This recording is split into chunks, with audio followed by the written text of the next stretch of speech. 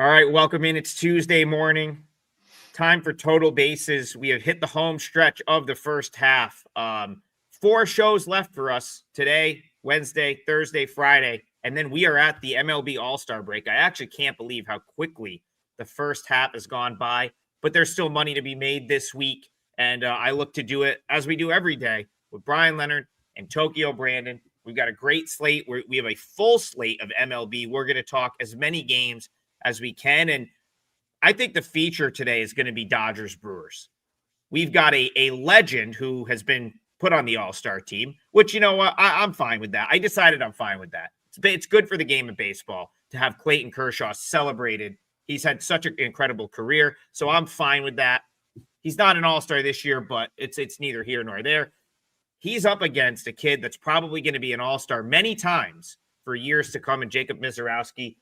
My hat, the MB, is not Milwaukee Brewers. I'll give Bryan Leonard a chance to guess that at some point in time throughout the show. But the Brewers and the Dodgers are our feature game today. Brewers go up big and never look back last night, Bryan Leonard. How are you handicapping this one, the young kid versus the old veteran Brewers-Dodgers? Yeah, if Misiorowski remains healthy, yes. Problem is, anybody who is thrown 103 miles an hour gets hurt, and we saw that happen to the Reds' best pitcher this year. He's avoided it for the last few years, and he's the one guy who didn't have the problem, but he's missed some time this year, so it's going to happen. Unfortunately, we like the speed, but it's sort of like auto racing. The faster they go, the more chance they get to be in an accident, and that's what you're going to get out of Milwaukee and Misiorowski. But this is a very interesting game, as you mentioned. Kershaw coming off that big 3,000 strikeout game. Could have been a possible letdown, but since the Dodgers are playing lousy in the last week, I don't think they'll have a letdown in this game against Milwaukee. And, you know, Brandon and I have gone back and forth on the Brewers, and I know he loves the Dodgers. All I got to say is if this season ended right now, the Brewers would only be 4.5 games behind the Dodgers, who everybody thinks is the best team in baseball. And if you look at run differential, the Dodgers only have a 4-run better run differential than the Brewers. So as much as he thinks the Brewers are not very good, I totally disagree. I like the future on this team. And we'll get to today's game here with the Brewers and the Dodgers. By the way, a lot of stadiums in the, let's just say from St. Louis to New York area are going to get a lot of rain today. So keep that in mind when you're placing your bets. I think Yankee Stadium's probably got the best chance of getting rained out, but there is a lot of problems with weather today. Getting to the actual game of the Dodgers and the Brewers, as I mentioned, Kershaw, he's amazingly pitched pretty well this year. 3.43 ERA, expected ERA 4.18, WHIP 1.25.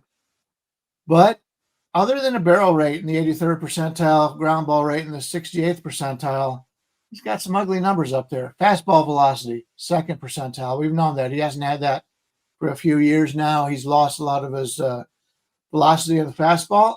Average exit velocity, 3rd percentile. He's getting hit hard. Hard hit rate, 4th percentile. So even though his numbers have been pretty good and he comes in at 4-0 on the season, he's not a guy that has a lot of strikeouts and he gets hit hard. And that is a concern when you're playing a team like the Dodgers, who are going to be favorites just about every time they hit the road or at home. Misiorowski, his numbers are still trying to work their way out. He's only thrown 2/3 innings, 3.20 ERA, 2.46 expected, 0.92 WHIP. That is the good part. The problem is his walk rate, 12.2. That wasn't a problem in his first 3 starts, but last time out, he did lose it a little bit from the walk rate. And the Dodgers are a team that will take some pitchers. They're a veteran team. So he's got a 28.4 strikeout percentage, 12.2 walk rate, which is 16.2. That's slightly better than league average. He's only thrown 4 games. Extension, 99th percentile. Fastball velocity, 98th percentile. That means he can blow anybody away if he is on. Just don't have enough time to react to them, and that's what he has done thus far. But I do have some concerns about that walk rate. It was there in the minors, and it's starting to show a little bit in the major. Should be a fun game, a really good game. The line tells you the teams are pretty close to even here. We're looking at the Dodgers, maybe a 120 favorite with a total of 8.5. Should be a fun game to watch. Unfortunately, I won't get involved. So, yeah, we have been going back and forth about the Brewers and Dodgers. And yes, the Brewers do have a decent record, but objectively speaking, what do you think the Brewers' chances of making the World Series are? And what do you think the chances of the Dodgers making the World Series are? So just put that in your mind and think about it. I mean, yesterday, yeah, the Brewers won. Frankly, I've been watching the Dodgers games, and they look like a team that's pretty much mailed the first half in. They don't seem to even be trying at this point. I think basically they're just holding their breath until the White Sox series starts, and then they'll maybe try and win 2 of those games. I don't think they really care about winning these games, to be honest. I mean, watching them, they look like a team that does not care one bit. And if you saw the pitchers that they were throwing out there last night, Fernandez and guys who shouldn't even be in the major leagues. And looking at the numbers, current form and everything, the Brewers have an edge on the Dodgers in every category. I know that seems strange for me to say since I've been trashing them so bad, but winning a couple games here and there doesn't mean they're a World Series team. It would have to be Brewers or nothing here. Because honestly, the Dodgers don't seem to really care. I probably won't play this game though, but I can't see the Dodgers winning it. I could be wrong. Well, I think you're right about the Dodgers just in general. Like, it's made the Dodgers a very tough handicap because I'm with you. Like, the Dodgers, I don't think we're even seeing close to the full sort of like what the Dodgers could be come September or what they should be at their full capacity. It does feel like they're going through the motions at times, Tokyo Brandons. I agree with you there. Yet they're 20 games over 500. So how good is this team if they're 20 games over 500, 56-36 entering play tonight? How good is this team when they're fully engaged, when they've got their full complement of pitchers? That's what makes it so tough. Yeah, that's what makes it so difficult to bet against this team on a day-to-day basis. That being said, like right now, the Brewers are playing better ball. The Brewers here's the thing.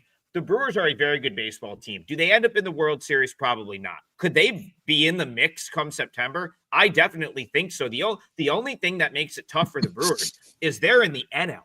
If the Brewers were in the American League, I might put them in the World Series. Like they've got the tough luck of the draw this year with the fact that they're going to be on the same side competing with the Cubs, the Mets, the Dodgers. They're in a much tougher scenario than, let's say, a team like the Tigers, who could very well be the best team in the American League right now. Those two teams, not that different, Brewers and Tigers, in my opinion. I think that's just an interesting talking point.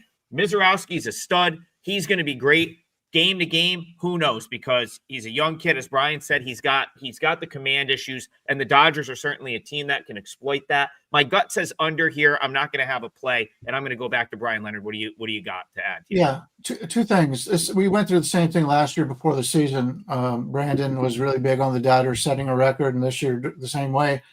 And I told him, I said, the problem is they're so good, it's hard to get up for every single game. What I would say is when they play divisional rivals, the Padres, the Giants of the like, those are the games I would want to play on the Dodgers if the line is good, because all they have to do is win their division and they're set up for the playoffs. That's all they care about. And they've got so many pitchers that are coming back from injury right now. And we saw Sheehan coming back. I think Sheehan's going to be a fixture in the rotation the rest of the year. They're loaded when they get those guys back, and they're just fighting their way through it. And this is not the same Dodgers team that we will see once the playoffs come. Quick 5-second comment here. The Dodgers are on pace to have 60 wins at the All-Star break. That's on pace for 120 wins on the season. So there's now the All-Star break is coming late in the season right now. The Dodgers have already played 92 games. Like 90 so that's games, 184. Yeah. So you can't do that. Yeah. Yeah, I stand it's corrected. the second half's always shorter. Why, I'm not quite sure. But anyway, first of all, shout out Carmine Bianco. He's in the chat. Not only is he in the chat watching the show, he's getting on the viewers to like and subscribe, making my job so much easier. So shout out to Carmine. Does not need to be doing that, but he is. And we appreciate it. We appreciate all of you guys tuning in. All right. A couple people in the chat have figured out the hat, Bryan Leonard. Do you have a guess as to what the hat is? I will guess. I don't know the color scheme, but I would guess Myrtle Beach. That's correct. It is the Myrtle Beach Pelicans. We had two people in the chat get it. Nance is one of them, and T. Moss getting the Myrtle Beach Pelicans hat. It is a transition here for me as well. To the next game we're going to talk about.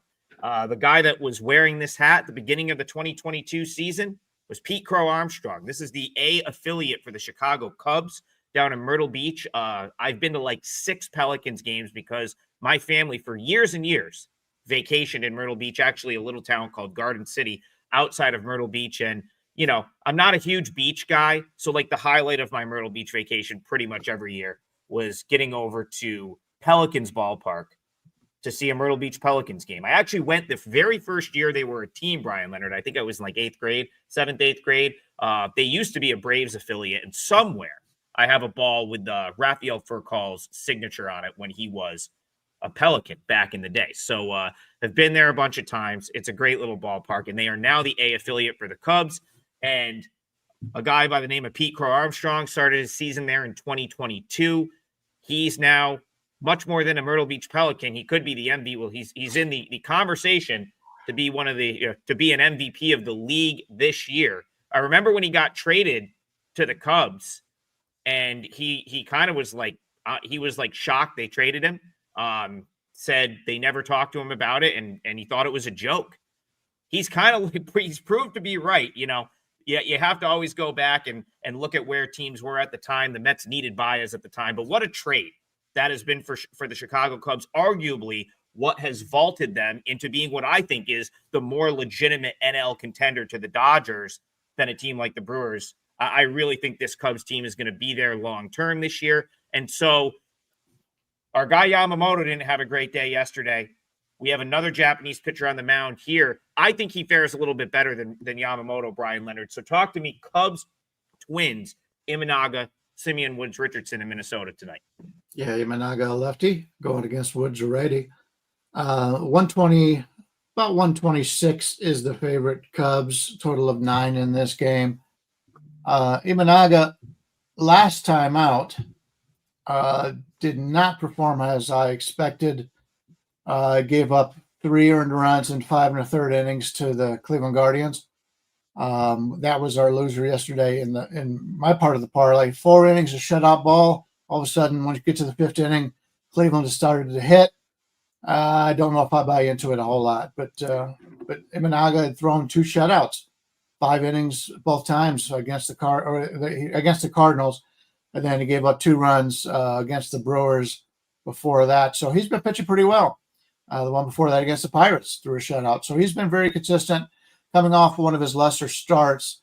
2.78 ERA on the season, and his expected ERA is 4.13.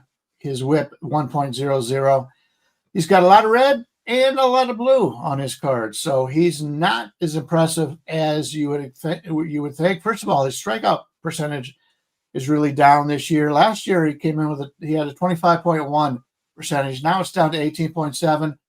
That could very well be injury because he has missed some time this year.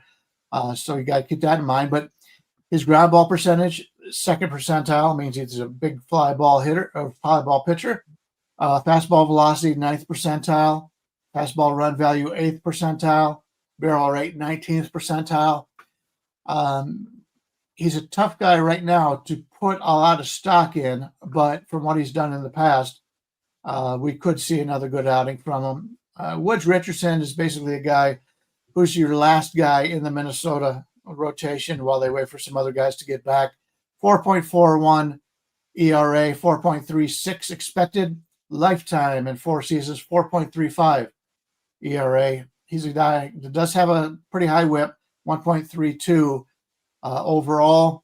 Got good extension, 70th percentile, but that's about it. Ground ball rate, he's also a fly ball pitcher. Ground ball rate, 9th percentile. Barrel rate, 10th percentile. Off-speed run value, 5th percentile. Not a good combination. So when I take a look at this game, I like the over a little bit. It opened 8.5, 20 to the over. Now it's 9-15 to the over. It's tough playing overs the way Minnesota offense has been, but I think Chicago will have some success. Let's take a quick look here on the team total for the Cubs. We're looking at 4.5 over, maybe 25. That's not a bad bet. Either the game over or the Cubs team total over are probably the way I would approach this game. Yeah, Imanaga, interesting. He pitches much better on the road than he does at home. His ERA on the road in 27 innings, decent sample sizes, under 2. And he's got great numbers against Minnesota, but it's a small sample size as well. It's only 17 at-bats against, but he handled them quite easily. Woods Richardson is interesting. He's very inconsistent. He can go 5 innings, no earned runs, and then the next game he'll give up 6. Next game he'll give up 0. Next game he'll give up 5. So he's wildly inconsistent. But one thing I did notice about going through the ratings of both teams, obviously I think the Cubs rank better at almost everything. Their bullpen's playing better than Minnesota's. Their lineup's hitting better than Minnesota's. And I have the 2 starting pitchers, including expected values. I have the 2 starting pitchers basically equal. One interesting stat. So I would go with the Cubs, if anything. One interesting stat, though, Imanaga, he walks less than 1 guy per start. And Minnesota walks only about 2.3 per game. So if you average that together, I project Imanaga's walks. So Imanaga is the opposite of a chronic walker. I project him to only walk 1.7. So I would think under 1.5 walks for Imanaga would also be a decent bet in this game. So if I'm going to bet it, I would either go with the Cubs or Imanaga's walks under. Yeah, we have a theme here. Young guys that the Mets have given up on. Simeon Woods Richardson, 2nd round pick of the Mets back in 2018.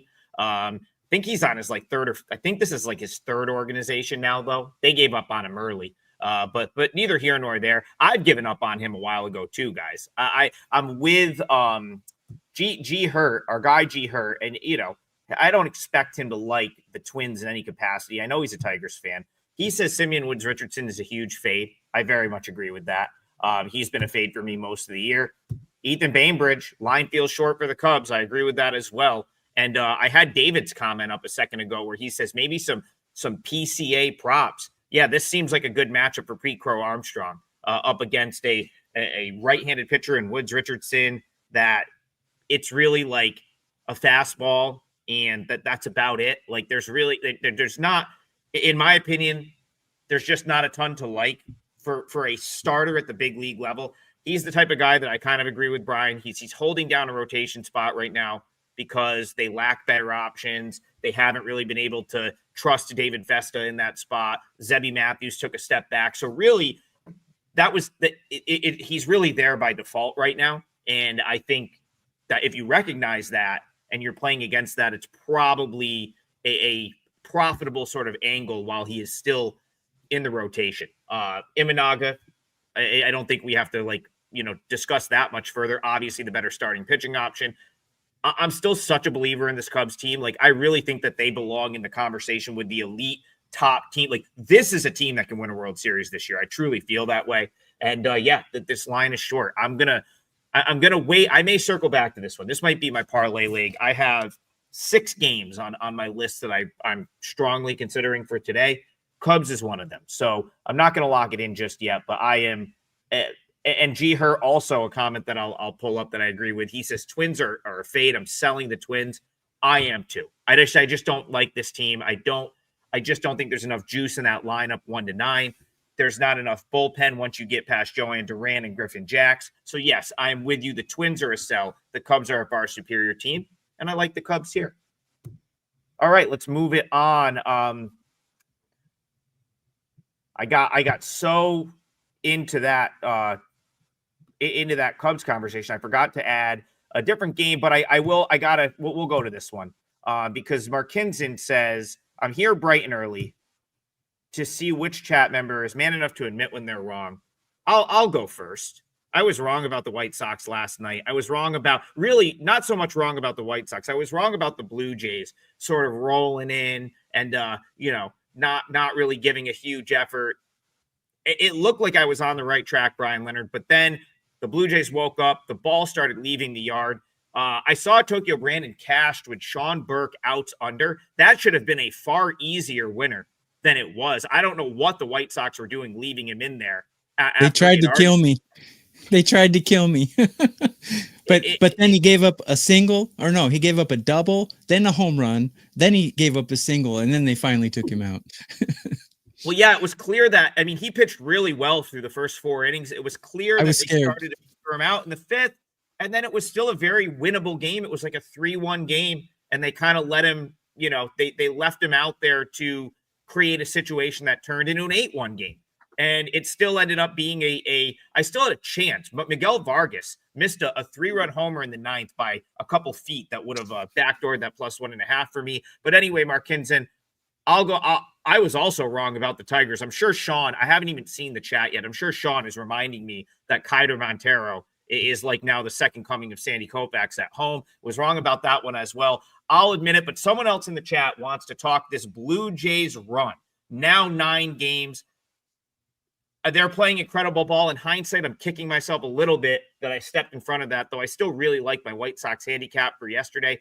I don't like the White Sox as much today, Bryan Leonard. I don't think I'll be involved in this one, but I want to see what you guys think. Chris Bassett, Aaron Savale, we're back in the Southside Blue Jays White Sox. Yeah, I had the White Sox yesterday. I was with you. They took a 1-0 lead, obviously early, and then Toronto's bats just woke up and really took it to them. I expect a little bit more of the same of that today. We're looking at Toronto, basically a 190 favorite, 8.5 on the total, 8.5 over.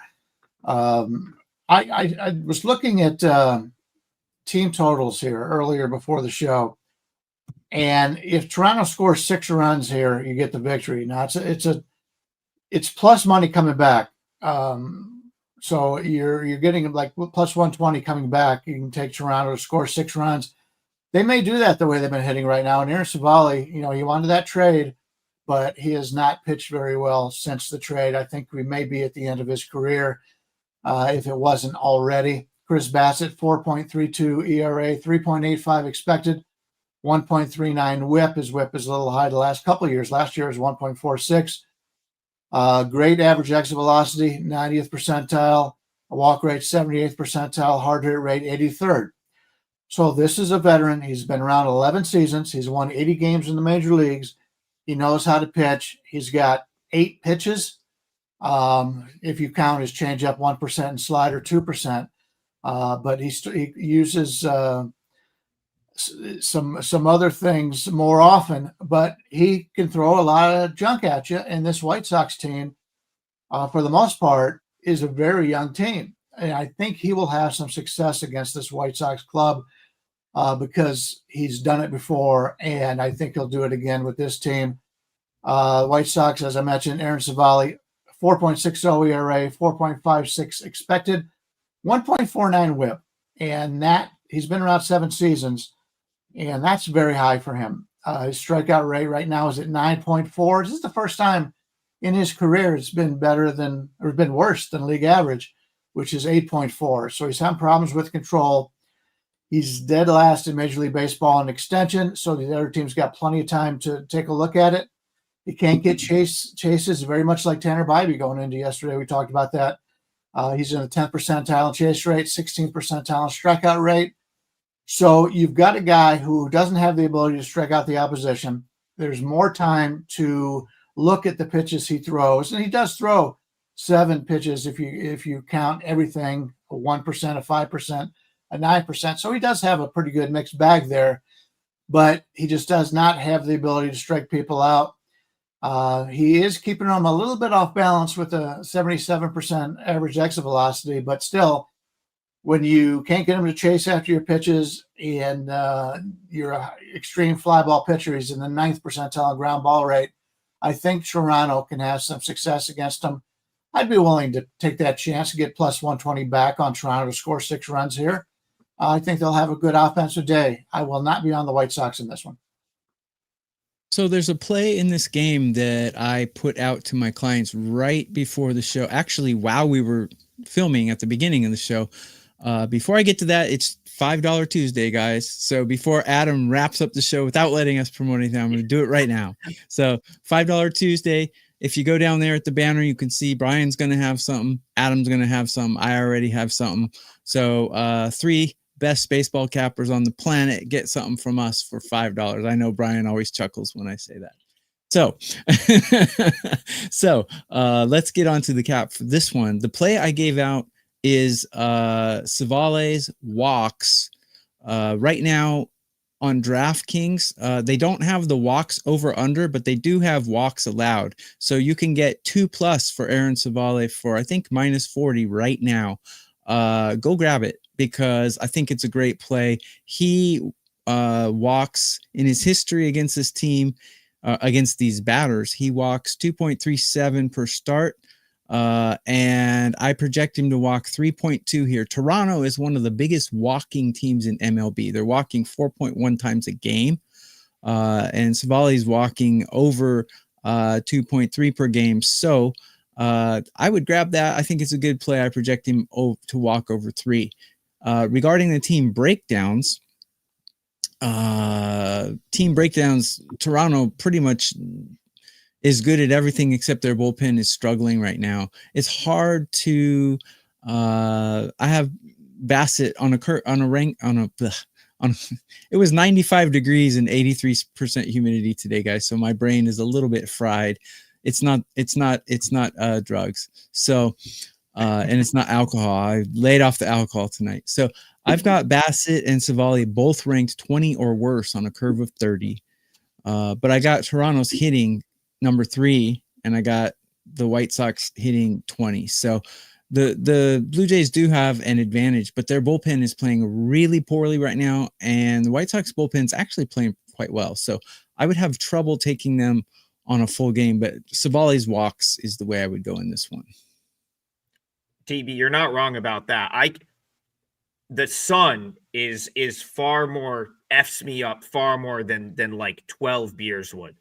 I could drink 10 beers, be totally normal. You put me out in the sun for a couple hours, I'm all sorts of messed up. So I feel you. We've had listen, I've lived my entire life in the Northeast. Like, I don't handle extreme heat very well. We had a day like that on Sunday. I was melting at the Syracuse Mets game. I never really want to leave a baseball game early. On Sunday, I was ready to go, like 6th inning. I was like, this is insane. Can't sit out here any longer. Steve Duke, I agree with you. This streak is well-deserved. Toronto has been awesome. It goes back to sort of what Tokyo Brandon was talking about. Yeah, they probably will draw their walks because it's just good at bat after good at bat. It's kind of like reminiscent of when the Cubs were on a really good run earlier this year to get to the point that they're at. It just felt like 1 through 9. They had a great at bat. Yesterday, the one that sticks out to me, Brian Leonard, was Bo Bichette. Was up there having a good at bat. I believe he hit a ball foul down the third base line that would have been a double. It was like a foot foul. He ripped it. It was not his fault, right? It was just unlucky that it stayed foul. Next pitch, Burke throws him as good of a pitch as he possibly could on the outer half of the plate for a ball, a pitch that should never have been hit. And Bo Bichette slaps it the other way for a double down the other line that started that whole inning. Like, it's stuff like that the Blue Jays are doing right now that is making it very, very difficult to bet against this team. And I have no interest in betting against them here. I liked how the pitching set up yesterday for the White Sox. I thought they would have done more against Barrios, and they didn't. And so I'm not going to be stubborn. I'm not coming back with it here. Maybe tomorrow if it sets up better, but I have no interest in going against the Blue Jays. Blue Jays are passed for me. Go ahead, Brian. Yeah, just the other day when the Blue Jays swept the Yankees, first home sweep of the Yankees in their history, I said they would have a letdown. They have not had a letdown. They're playing the Chicago White Sox. If there's any team to have a letdown against, it's the White Sox. and they continue to win. Hats off to the Blue Jays management, the players. A lot of teams prove me wrong a lot of times all season long, and for them to come back out of that Yankee series and still win tells you this team has got a nice run going. And other than yesterday where I thought there was a good spot to go against them, I'm not going to do it again today. I got to be honest. Oh, go ahead. Were you going to add something? No, I'm good. My brain is fried. Keep going.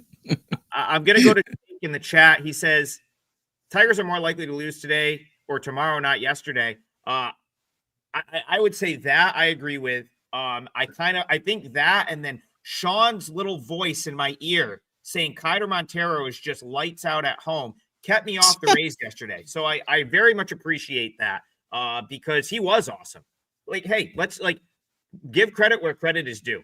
The Tigers have been great, and Keider Montero I can't believe the season that he's having for that team. This is a guy that I thought would have just gotten lit up at the big league level if they tried to keep him as a starter. He's been awesome. It's Tigers Rays. Before we get into this breakdown, one more fun fact about the Myrtle Beach Pelicans for you, Brian Leonard.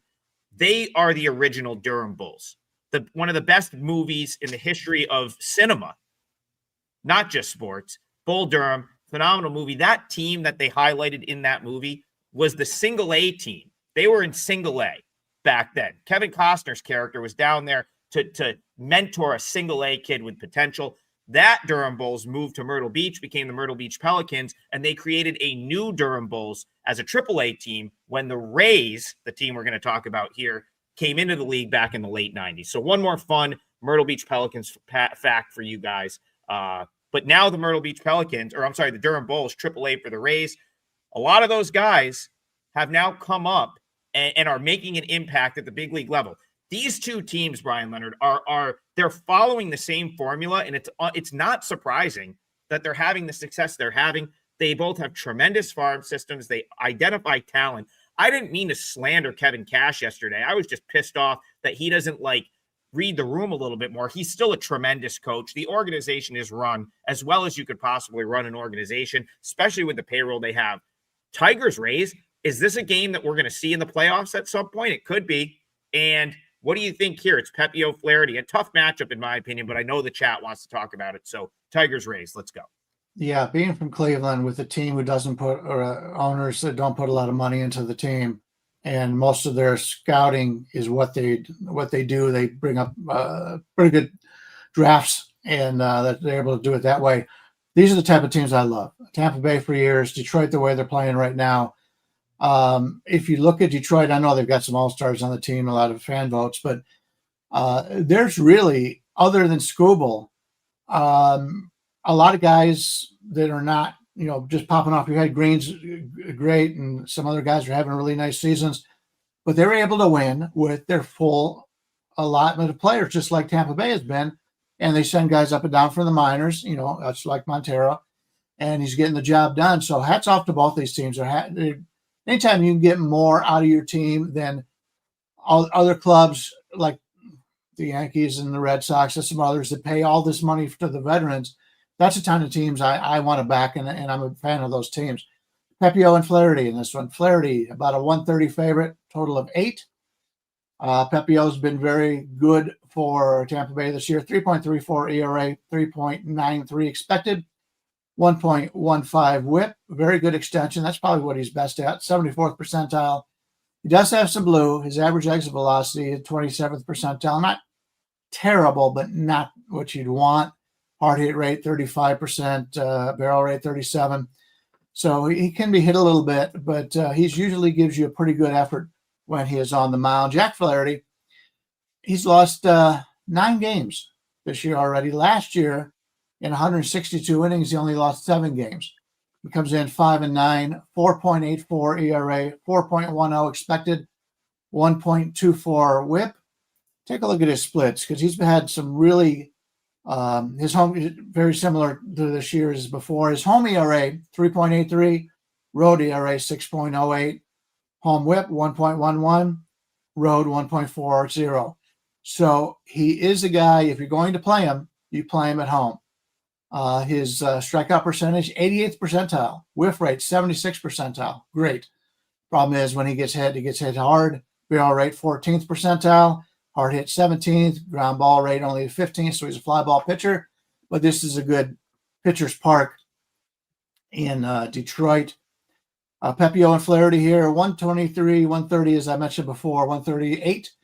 I think the line's pretty good. I slightly lean with Detroit here because Flaherty's pitching at home. But I like both these teams. I really don't want to go against either one of them. So I'll probably be passing on this one. When you bet more than 1,000 games in a year, you tend to stay away from certain things, and you just can't win when you bet certain things. And Flaherty is my certain thing. I can't. I back him, I lose. I fade him, I lose. Flaherty is a thorn in my side. When he was with the Dodgers, when he's with the Tigers before, he bothers me. So I'm not betting this game. But I will tell you that his home numbers are great. His numbers against the Rays in his career are horrible. His OPS is over 900. So what do you do when you have two conflicting sets of data like that? Pepio's numbers against Detroit, against these particular batters, are great in his career. He's better at home than on the road, but he's ranked much higher, according to my numbers, than Flaherty. Both bullpens, pretty mediocre. Both lineups, top 10. So too much conflicting data, and we've got that Flaherty guy who just always gets me. So I'm staying away from this one. I'm probably going to stay away too. I just want to comment quickly. I'll talk about why I'm not going to bet it, but I think Sean makes a good point. He said, there is some merit to watching the games. Like, I understand, and it's crazy to me too that some people bet on things that they're not watching intently. And the thing is, for me, Sean, I think I've almost seen too much of Montero. I watched him a ton at Toledo, and what they've done with him is something that a lot of pitchers can't handle. They've made him like the Swiss Army knife option of their organization. And this takes a toll on pitchers. I heard Tommy Henry give an interview about this in game during a Diamondbacks game where he's like, it is the toughest scenario of my entire career, basically being asked to go start a game in Reno, then meet the team on the road, then come out of the bullpen, then not pitch for 7 days, then start for the big league club, then go back to Reno. That's basically what they've done with Kaiser Montero. They've had him in AAA. He comes up. He's the bulk guy. He's back to AAA. Now he's starting a game. He doesn't really know when he's going to pitch. He thought he was going to pitch over the weekend in Toledo. Now he's pitching for the Tigers. It's very difficult, and he's done a tremendous job in doing it. Yesterday, he comes out, gives the team 6 innings, and the Tigers didn't really have to use much of their bullpen. So I'm out on the Rays right there because the Tigers, when they've got a fresh bullpen, AJ Hinch manages it as good as any manager in the league. And when he's got, I think he used Vest had like maybe 19 pitches yesterday. Holton threw 7. One of the lesser guys threw an inning. So when you've got the Tigers with their full complement of relievers, that way they don't need to push Flaherty super deep. They will, I think that he has a bigger leash than some other guys on the team. It's a very even game, but at this point, I'm just not betting against the Tigers unless I feel like I've got like a deficiency somewhere, and I'm not seeing that here. So I actually think I lean the Tigers. Chat will be happy. Slight lean toward the Tigers for me in this. I'll bet against them winning the World Series because they have 0 shot. I'll tell you what, though, Tokyo Brandon, that AL, that American League is looking awfully thin. Like, True. I wouldn't be that surprised if they're there. I really wouldn't. Like, there's not look at who. I mean, there's really not many teams in the AL that you can like unequivocally say would be there right now over the Tigers. I would not. Tigers in the World Series. Okay, they were right in there last year. Yeah. They were right there last year. Best starter in baseball. One of the best managers in baseball. I don't know. Just because you don't have big names does not mean you can't play ball. Yeah, and they have the postseason experience from last year. I'm kind of warming up to them being the AL representative in the World Series because I'm not a believer in the Astros. Yeah, the Yankees should be the best. I do like this Blue Jays team though, so we'll see. That's the beauty of this. We're Brian. What are we, almost 100 games into the season, and we've still got like 65, 70 left. Baseball's not for everyone. I love the 162 game grind. Ethan Bainbridge loves it too. He's here every day, grinding it out with us, and he says the Reds are in a good bounce back spot today. Maybe. This is an interesting one. These are two guys that we've talked quite a bit about. We've got Yuri Perez, and I believe is it Nick Martinez for the Reds today, Brian Leonard? What do you see? Marlins, Reds. Yeah, Nick Martinez. Basically about a 118 favorite here, total of 9. Yuri Perez, last time out, very impressive. 6 shutout innings against the Minnesota Twins, a team who's not hitting very well right now.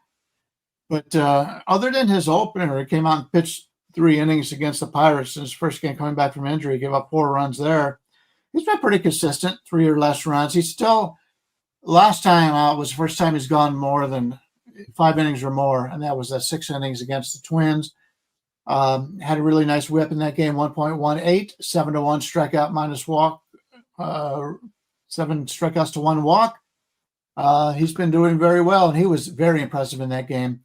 Comes in 4.50 ERA. His expected ERA 3.02. So he's a guy you want to buy on right now, I believe. 1.18 whip, fastball velocity 95th percentile. We saw that last year when he was pitching, or excuse me, in 2023 when he was pitching. If you don't remember that year, he had a 3.15 ERA, 1.13 whip, struck out 108 batters in only 91 and a third innings. This is a guy that's got a nice future ahead of him, and I like his situation a little bit today. He's going up against a pretty good pitcher in himself, and Nick Martinez, who I really like coming into the season. Hadn't quite lived up to what we thought. The last 2 years his ERAs were 3.10, 3.43. This year it's 4.20, and his expected is 4.15, 1.17 whip. Not a major walk guy. He's in the 91st percentile in walks. Hard hit rate 80th percentile. Those are two pretty good numbers. Not a big strikeout pitcher though. Only in the 17th percentile. 71 strikeouts in 100 innings. He's never been one of those guys who's going to overpower you. Chase rate only in the 12th percentile, which is a concern. So we got 2 pitchers I like here. And we're looking at a total of 9 in Cincinnati. This is a good hitter's ballpark. Let me get a quick look here at the weather report in Cincinnati today. Really no wind whatsoever. No precipitation. Looking about 80, 83 or 4 degrees when the game goes off. That's pretty hot for Cincinnati. Nothing here in this one. I'd like to bet on both these guys, but in this ballpark, I don't want to go under a 9. This is a good hitter's ballpark. Guys, it is $5 Tuesday. You can get our feature plays, any capper, for $5 on WagerTalk.com. So go there. I already have mine out. I'm sure Brian and Adam will if they don't already. Let's go to this game. I have Miami. I mean, surprisingly as it is, I have Miami a little bit better than Cincinnati at everything, but only just a little bit. I got Perez and Martinez pretty neck and neck as far as rankings are concerned. But if you look at how they've performed against the other batters, Martinez in a 41 at-bat sample size has held these batters down pretty well, whereas Perez has not.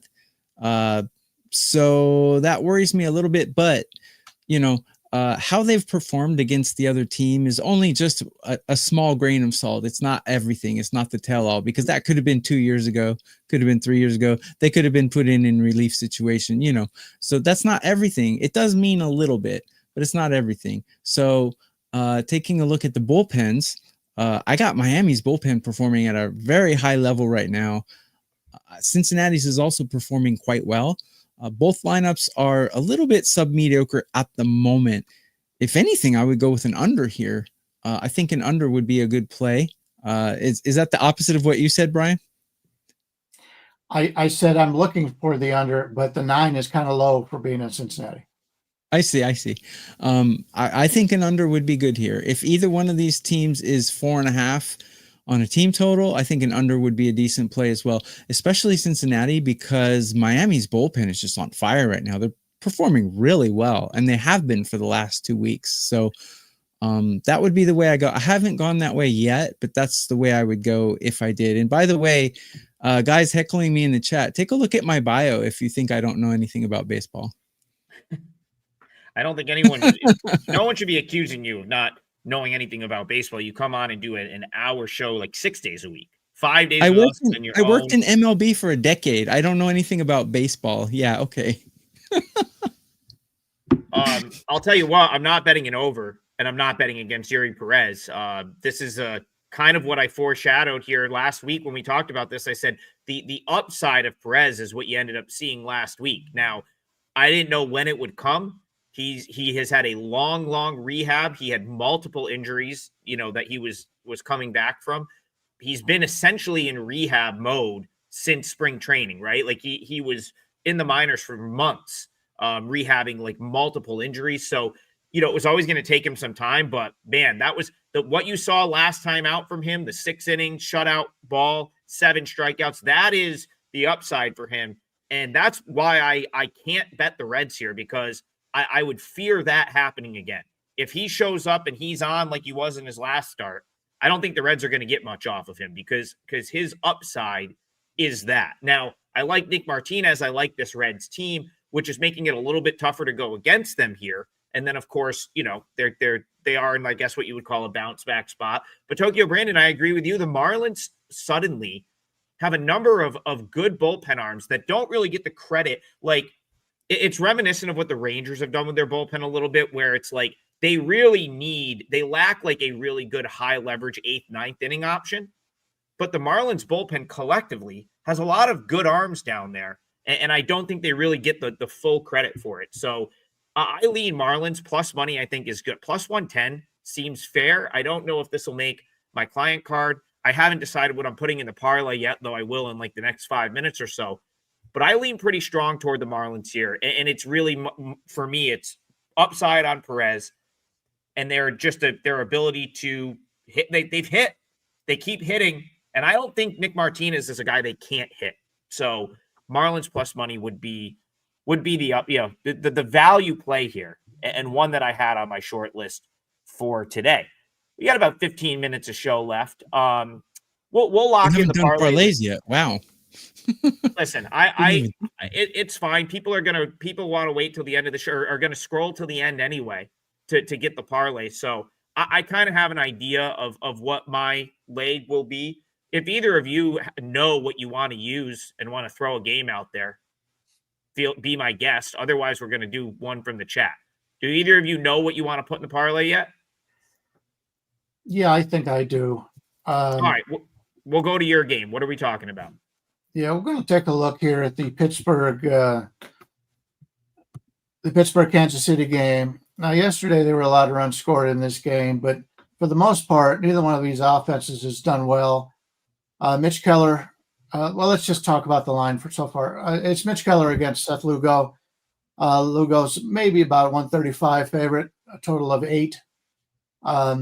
Lugo, I've said it before, this stadium and the lack of home runs that are hit in Kansas City is exactly what we want for the Kansas City starters. Management here has done a great job bringing in guys who may be fly ball pitchers that on the road struggle a little bit, but at home, this is a perfect ballpark. Mitch Keller, as much as we've talked about him over the years just being an innings eater, he's having a really nice season. He pitched well again last time out, going against this Kansas City team, which I don't have rated very well offensively. One of the worst offenses. These are actually 2 of the worst offenses in Major League Baseball.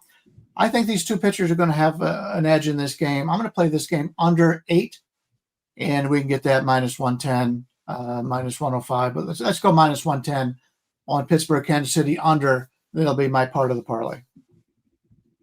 Okay, I guess I'll cover this game and then I'll give my parlay leg since it's one that we've already finish covered. Finish this game and then we'll do your parlay leg. Finish this. Yeah. Game. Okay, sure. So I got the 2 starters, pretty negligible difference here. Maybe 2-point difference. I got Lugo a little bit higher, but I've got Pittsburgh ranked higher in bullpen, and I've got Pittsburgh ranked higher in batting, but just barely. If anything, these teams are pretty locked equal. I would take the underdog plus 1.5 if I bet it. But in this case, I do not think I will get there. My parlay leg, I'm going to go to the game we just... Let's finish this. Hold on. Finish the game. Okay, sure. Go ahead. I want to talk about Pirates Royals. Then we'll let you propose the parlay leg game. Sure. I really actually just wanted to agree with a couple people. One, Bryan for liking the under. Two, he's Roke Energy in the chat says Lugo's a beast. It's a very accurate comment. That this dude has been doing it for years now, and he's someone that I think doesn't get even a shred of the credit that he deserves for how consistently good he's been. Brian Leonard, how long has it been now? 4 years, 5 years, where he's just been sub 4, a whip near like 1 as a starter. I mean, God, if a bigger name was doing that, we'd be throwing a parade. We'd have another legend spot on the All-Star team. And Seth Lugo just does it in sort of like almost anonymity. Like he doesn't get any recognition. And Sean says he's in a contract year with the Royals. He has been so good, so consistent that you throw an under and Lugo out there, and then especially with two teams that really struggle to hit the ball, and a team like the Royals that struggles to hit left-handed pitching.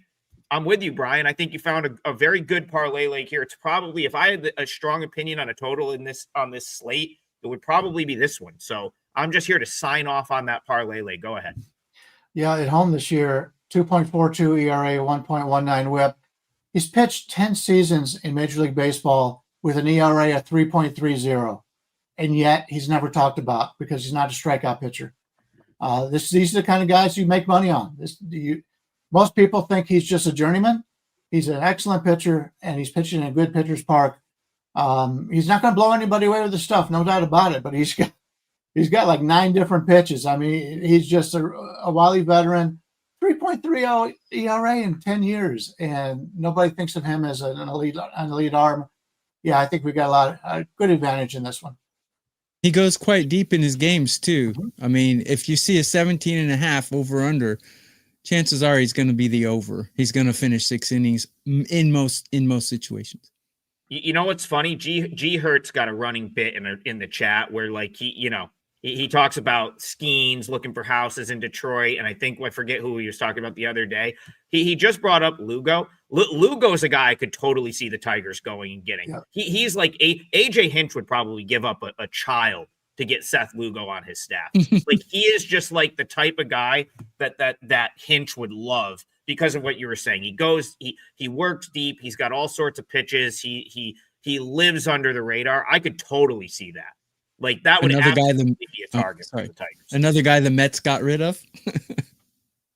Yeah, I mean that's a little bit different of a scenario, but yeah, you're right about that. He is another another guy that comes.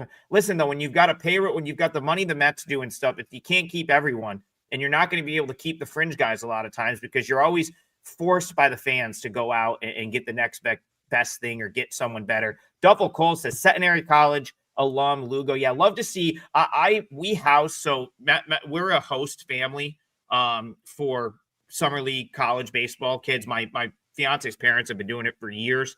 We have a team here in local, and there's a couple D1 and D2 players, but there are a lot of D3 guys that play. So yeah, it's always cool to see. I'll tell them, I'm like, listen, like it happens. Tim LaCastro from Ithaca, New York. He was a big leaguer. Like every once in a while, you get a D3 guy that breaks through and gets to the big league. So yes, awesome to see Seth Lugo, a D3 college baseball player, get there. Mason Miller is one that comes to mind. He was a Division III guy, and he's in the bigs now. So anyway, let's continue on TV. Give us a game. What are we talking about here? And tell us what your parlay leg is. Well, first, my parlay leg is a game we already covered. I'm going to go with the Cubs on the money line. I saw it at minus 136. I don't know what Brian's seeing it at now, but before the show, it was 136. I think it's low. I think the Twins just took money, which is mind blowing to me. Yeah, I'm pretty sure they just did. Wow. Yeah, you can get as good as 125, but I would say probably about Interesting. 127, total of 9. Okay. So I'll take that. If you're going to let me propose a game to do right now, there is one I'd like to get your guys' thoughts on. All right, fire away. What do we got? Okay. Guardians Astros is an interesting game to me because I don't know much about this Cantillo guy, but I do know Hunter Brown. He's ranked number 6 in my rankings. And we mentioned on the show yesterday, Bryan and I both said, or I think all three of us agreed, man, the Astros were fat and sassy, as WagerTalk's co-founder Marco would say. And yeah, they laid an egg, as kind of expected. They came off just destroying the Dodgers and then came back home and laid an egg. So the Guardians obviously are an inferior team. And today, Hunter Brown is he's a top 10 MLB pitcher by anybody's standard. I have him ranked number 6. So again, the Astros should go in and absolutely crush this team. But my numbers say this Cantillo guy is pretty good, but I don't know anything about him. So I haven't played this yet, but I would love to take the Astros. But I haven't done it yet. What do you think, Bryan? Astros with Brown about a 195 favorite right now, a line of 7. Yes, you came out and you were emphatic that you thought this was a letdown spot for Houston. I thought it was a letdown spot for their bats. I didn't agree it was a letdown spot for the starter, and the starter just tired in the 5th inning. 4 innings of shutout baseball, then he got hit in the 5th. Joey Cantillo, if you remember, he's the one that they brought back up when Ortiz got caught with the gambling situation. So it was a last-minute thing. Cantillo came up from the minors, and he was with the team last year. Last year didn't do as well. 4.89 ERA, 1.29 WHIP. This year, 3.41 ERA, 1.39 WHIP. He's a lefty, and he's a big strikeout guy. He's in the 98th percentile in extension. Ball gets right on you. Strikeout percentage in the 90th percentile, whiff rate in 74th percentile. So you need to be prepared for him because he's got the ability to throw that ball right past you. It's not dominant. It's only 91.7%, where league average for a left-handed starter is 93.2. But because of his extension, it gets on you really fast, and he can pile up some strikeouts. In fact, in 70.1 innings in the majors, he's got 85 strikeouts. So he's a guy that can keep you in the game if you're one of those strikeout guys that he likes. That problem is he can't get any chases. He's in the 1st percentile in chase rate, 8th percentile in walk rate, 17th in hard hit percentage. Right now, his walk rate, now granted, it's only 31 innings, but he's got a 12.3 walk rate. So a lot of strikeouts, a lot of walks with him on the mound. And Hunter Brown here for the Astros, obviously fantastic. 1.82 ERA, 2.81 expected, 0.9190 WHIP. Everything is in the red. He's a great pitcher. Let's see how he does at home compared to on the road. At home, 1.01 ERA, 0.76 WHIP. And he's playing a team that had gotten shut out, I believe, 2 out of the last 3 games and first 4 innings yesterday. I expect him to have a really good day in this game against Cleveland. Last time out, he played the Rockies and at home, 6 innings, 2 earned runs. In fact, he's gone now 7 straight starts, allowing 2 or less earned runs in a game. I think the Cleveland offense is going to struggle once again today. If you're looking to play the side, I'd much prefer Brown over at Cantillo. I do like Cantillo, but I don't think this is a very good matchup for him. And unfortunately, as a Guardians fan, I think our winning streak is over. Listen, so I'll talk about Cantillo for a minute. I've watched a bunch of him over the last month or so. He is someone like he was down at AAA for a month, like long before the Ortiz thing happened. The Guardians sent him back to AAA because they wanted to stretch him out to be a starter. So that was like something that was in the works. Like I think early June he went back down. and I was watching a Columbus Clippers broadcast, and they basically said, yeah, the goal is to have him build up. We want him to be starting games. Now, he hasn't gone particularly deep, but that's all probably been part of the plan as he builds his arm up to get starters innings. In June at AAA, a 167 batting average against, a 0.94 whip. He was very, very good.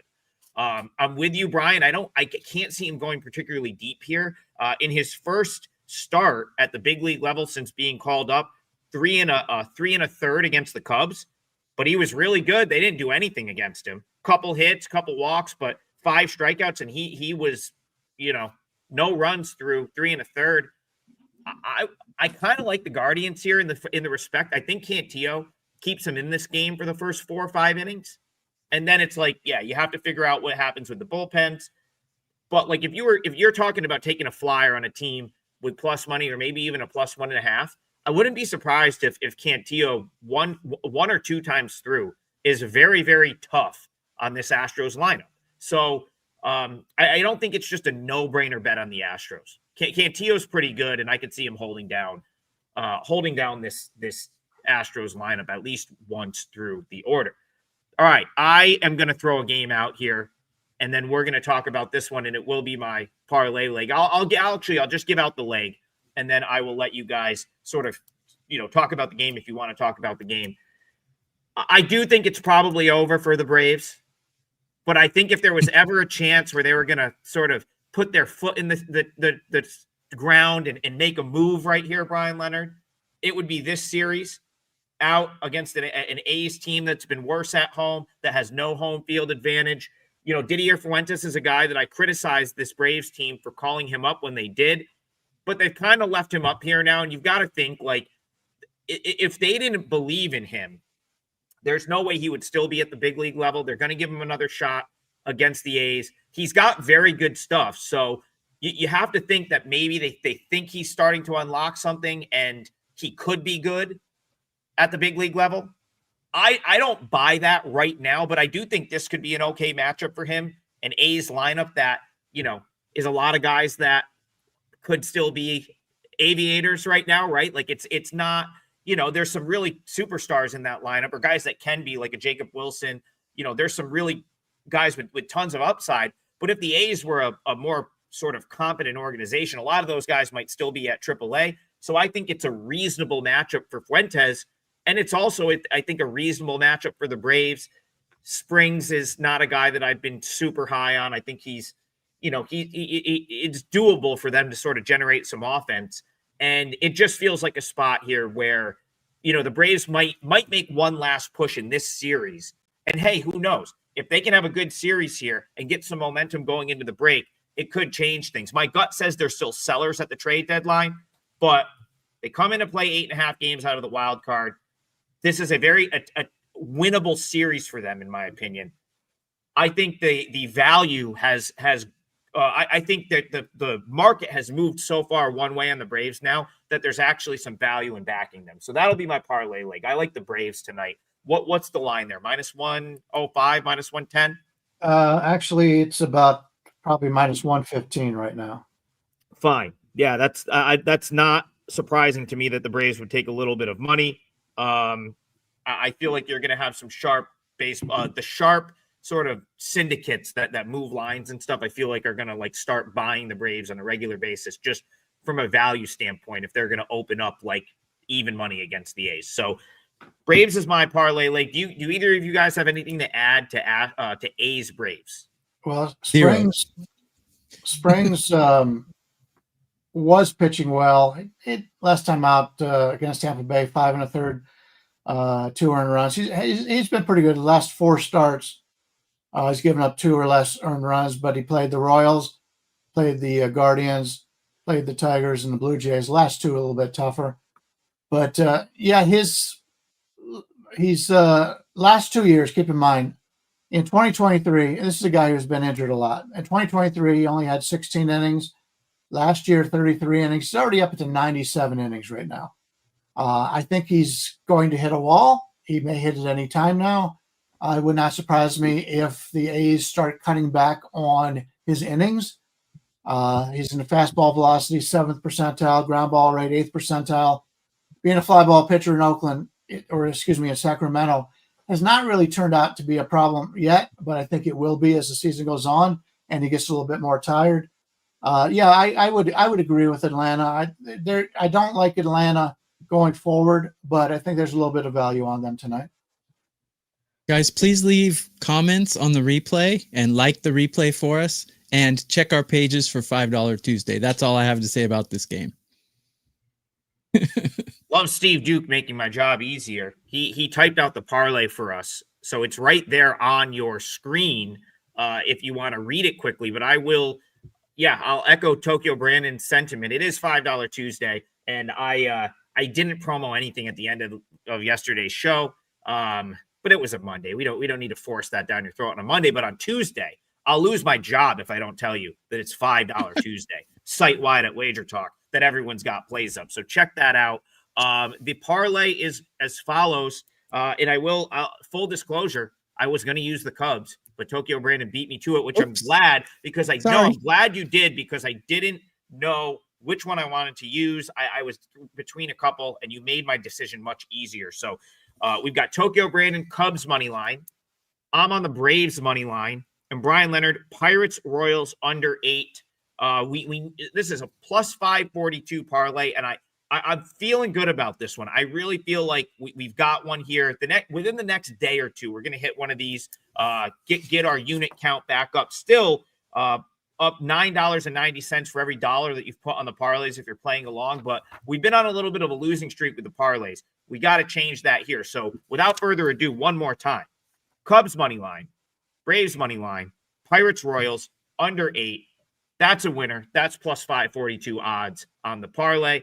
It's $5 Tuesday at WagerTalk. Everyone's got plays up for $5. So check us out on the site, and appreciate you guys in the chat. We've regularly been getting over 1,100 viewers on Twitter and other live viewers on YouTube. So we very, very much appreciate you guys. Give us a like, give us a subscribe, drop a comment. We try to answer all of them, and we'll see you guys tomorrow morning, Wednesday, 9 a.m. for another episode.